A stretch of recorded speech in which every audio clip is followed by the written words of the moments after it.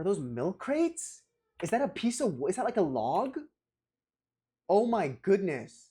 Hey everyone, my name's Stan. Welcome to Cine&Tech. I'm a professional cinematographer and first AC with over 10 years of experience in the industry. This is a channel for reaction videos, BTS, and gear reviews. And today we're going to be reacting to some of ttyRigs' most viral clips. Let's go. What is this? Oh, using cinefoil. Okay. Okay, so I love this hack trick. It's not really like an uncommon hacker trick. So usually we have what's called a spotlight reflector, and you can adjust the actual angle of the spotlight, or they have different angles that'll adjust the angle of the spotlight beam.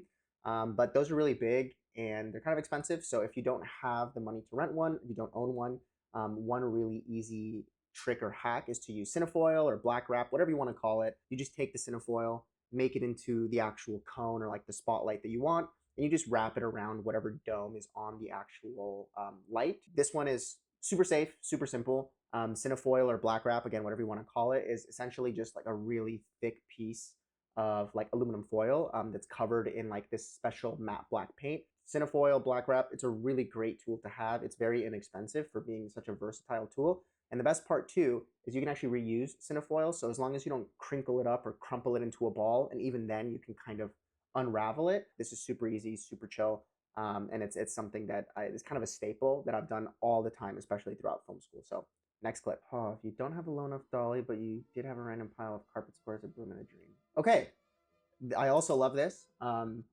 I haven't used a broom and a piece of carpet, but the same methodology can apply to kind of any sort of thing that's like smooth and slippery.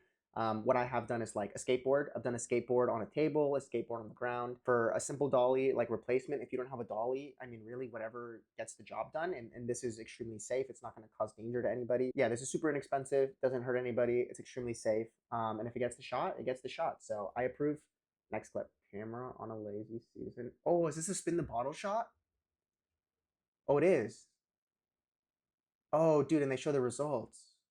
Oh, that's sick. That came out so good. Oh, okay, cool. So this is like a super easy hack, tip or trick, whatever you want to call it. I'm not exactly sure what the thing that they have the camera is on. It looks like some sort of lazy Susan. If you don't know what a lazy Susan is, literally a circle, and they're usually motorized and they spin in a circle, and that's how you get like really cool product shots of stuff. I have never done something with a lazy Susan like this, where a camera's on the lazy Susan. Usually I'll just use a hi-hat or baby sticks and use the fluid head and just empty out all the fluid and let it freely spin. Just got the shot done. They showed us the result. It looks great. Nobody's getting hurt. Nobody's in any danger. Camera's low to the floor. So I don't see anything wrong with this. If it gets the shot, it gets the shot. So I approve. Next clip. What is this? Okay, ratchet straps. Whoa, okay. Okay, I see what they're doing here. So this works. Obviously, you can see it works. I appreciate that they have a ratchet strap for safety to not let the light fall back. A few things that do bother me a little bit, depending on the light, if I go back to the beginning. So I'm not too worried about the weight of the light falling back. Again, there is still a concern of the light falling back and toppling over, damaging a light, hitting somebody if they're near the stairs. It is ratchet strap, so that, you know, puts me at ease a little bit. But if you can see near the end, they have like shoe boxes and like a whole bunch of other miscellaneous boxes to make the third leg be even, or make the floor basically be even, so you can put all three legs. I assume it's because of budget, but they do make stands that are called Rocky Mountain stands. Rocky Mountain stand is essentially just a light stand, but one of the legs can what we call Rocky Mountain, which means the leg can actually extend further. One of the legs can extend further than the other two.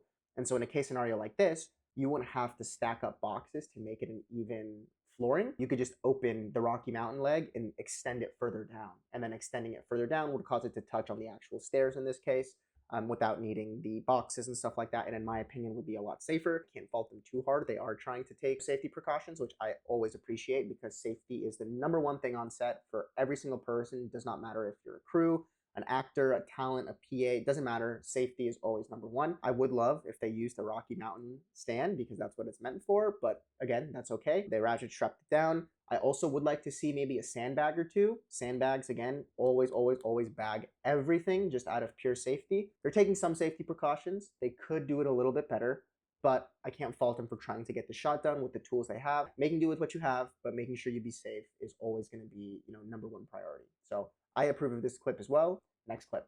Whoa, what is going on here? Oh my god. Okay, sky panel at 1200. Oh my god. What? What in the world? Okay, he's telling us to come over. He's taking the camera. Oh no, what's he gonna show us?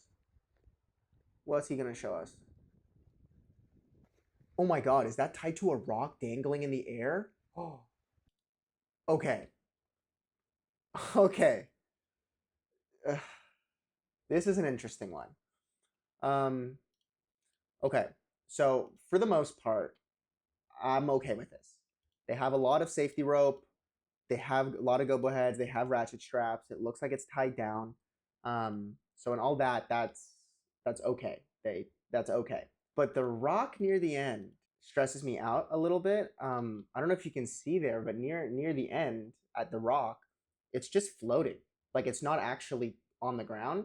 So it's basically being used obviously as an anchor, but it's not touching the ground.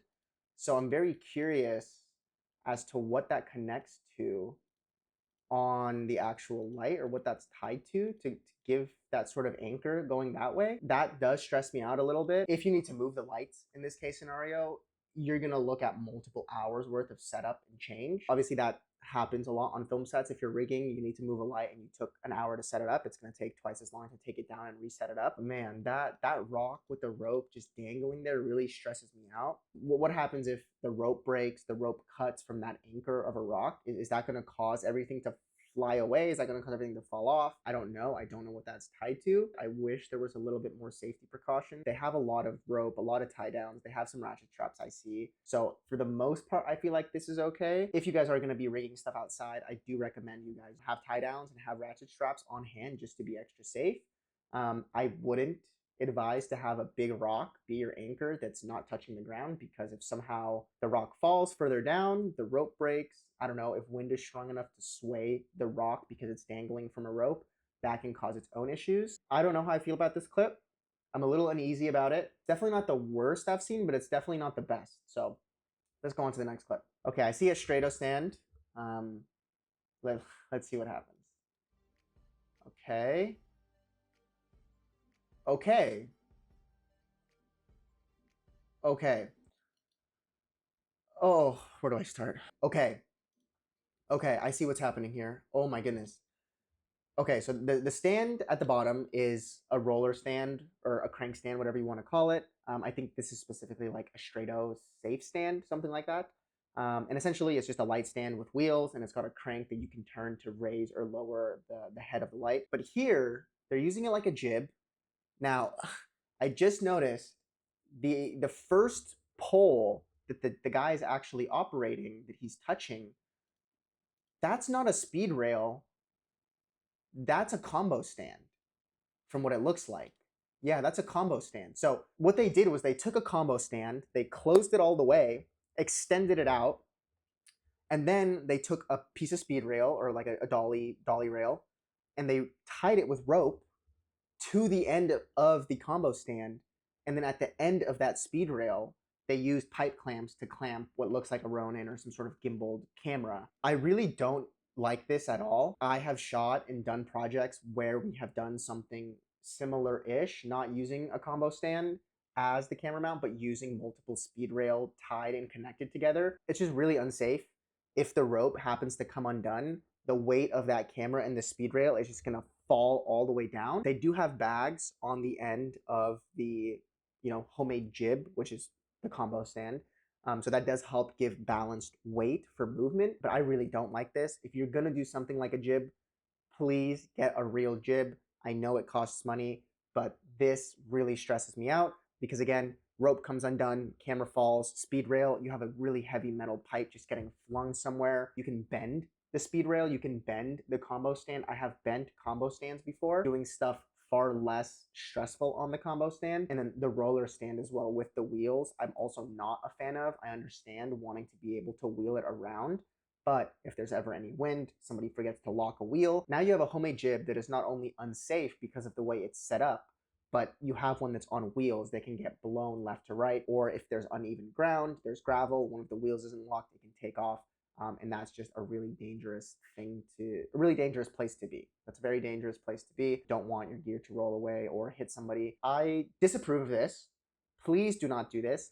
I understand we need to get the shot sometimes. We're on budgets.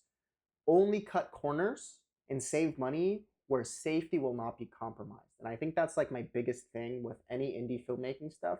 I'm all for low budget solutions, but please do not make a low budget solution that compromises safety of you or your crew, because that's going to be on you. So I do not like this. I would not recommend people do this. If you're going to make a homemade jib, there's a lot of other ways that are far safer to make something that is jib-esque. So please don't do this. Highly, highly, highly, highly recommend you don't do this. Don't do this, please. What is this? What is this? Oh my God, wait, okay. I don't fully know what they're doing yet because I haven't let the clip go through. I'm a little stressed for two reasons. One, right off the bat, if you look at the topmost knuckle of the C-stand, it looks like it's on the right side versus the left side. And I know that seems like a really small thing, but for those of you who don't know, when you're setting up a C-stand, the actual gobo head, there's a knuckle that you can use to tighten or loosen the gobo head. In film, when you're setting up a C-stand, the knuckle to tighten the gobo head should always be on the left side of the C-stand if you're standing behind it. So if the C-stand was in front of me, the gobo head would be here on my left to tighten, not on my right. And the reasoning is because if the gobo head knuckle is on the right, it's loosening if it goes down. That means if you have your gobo head arm out and your knuckle is on the right, and you have something that's weighing down the actual gobo, like the actual C-stand arm, if it starts to tilt down, the knuckle is loosening, which means if you have something at the end of the C-stand arm, because the knuckle is on the right, once gravity starts sagging it down, you can cause the knuckle to come loose. And if it comes loose and you have a light at the end, that light is just gonna, boom, swing right down. So you always wanna have the knuckle on the left side of the C-stand because it going down with gravity is actually tightening the knuckle, if that makes sense. So always, always, always make sure that the knuckle is on the left side, especially if you have a C-stand arm that's sticking out over a talent because you have a flag, a silk, you're draping something over it, you're putting a light as a kicker behind their head, whatever. If you have a C-stand arm out anywhere near talent or just anywhere at all, always, always, 100% make sure that the knuckle is on the left side of the C-stand. You do not want gravity to unloose the C-stand knuckle and have whatever you have on the end of the stand fall, get damaged, again, hurt somebody. Safety is our number one priority, and that's why there's a lot of rules and regulations when it comes to filmmaking and why there's things that you're supposed to do the right way, not because we're pretentious, not because we think we're better than you, because we want to make sure that everybody's safe. There's a lot of moving parts on a film set, and all it takes is one person to forget one thing to cause big accidents. So let's keep watching because I'm curious to know what they're doing. I have a feeling I know what they're doing, but I want to confirm before I keep it going.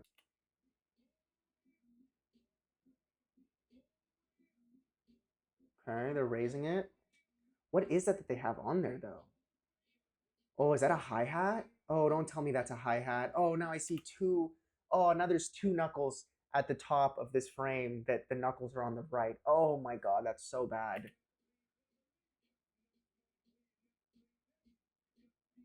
Okay, let's see what they're doing. Oh my God. Oh my God. Okay. Okay.